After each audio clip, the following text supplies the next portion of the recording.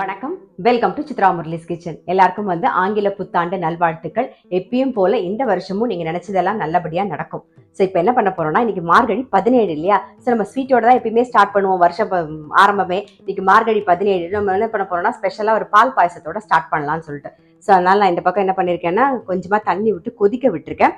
எப்பயும் போல பாஸ்மதி அரிசியை நல்லா வாஷ் பண்ணிட்டு ஒரு 20 நிமிஷம் ஊற வச்சு தண்ணியெல்லாம் வடிய விட்டு ஒன்றும் பாதியமாக உடச்சிட்டு இருக்கேன். இப்போ இதை சேர்த்துடலாம்.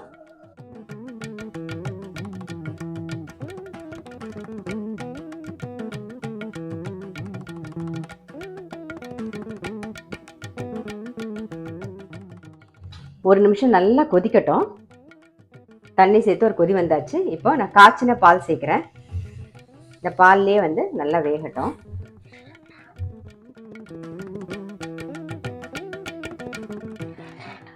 அரிசி பால்லே நல்லா வேகணும். பாருங்க, இந்த பக்கம் பால் சிம்மில் வச்சுருக்கேன் நான். அப்படியே இந்த பக்கம் பால் கொதிச்சுட்டு இருக்கு. அதுலேருந்து கொஞ்சம் கொஞ்சமாக எடுத்து தான் இதில் விடுறேன்.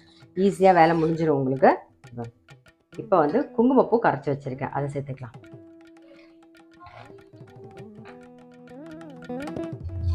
இங்கே ஆல்மோஸ்ட் வெந்துடுது. இப்போ என்ன பண்ண போறோம்னா, ஏலக்காய் பொடி சேர்த்துடலாம்.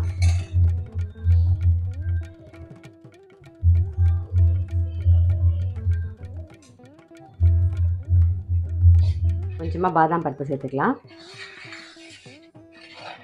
பாருங்க, பால் 1 லிட்டர் காய்ச்சி வச்சுருந்தேன். இந்த இடத்துலேருந்து கொஞ்சம் கொஞ்சமாக விட்டு விட்டு விட்டு சாதத்தை அப்படியே அந்த அரிசியை வேக வச்சுக்கிட்டோம்.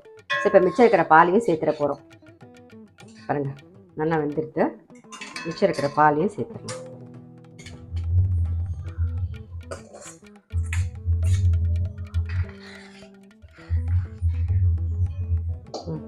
பாருங்க, பால் நல்லா கொதிக்க ஆரம்பிச்சிருக்கு.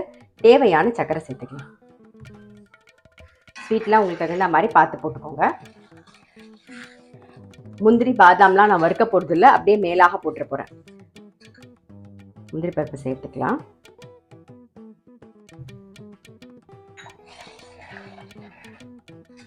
கொஞ்சமாக பாதாம் பருப்பு. அவ்வளோதான், நம்மளுடைய பால் பாயசம் ரெடி.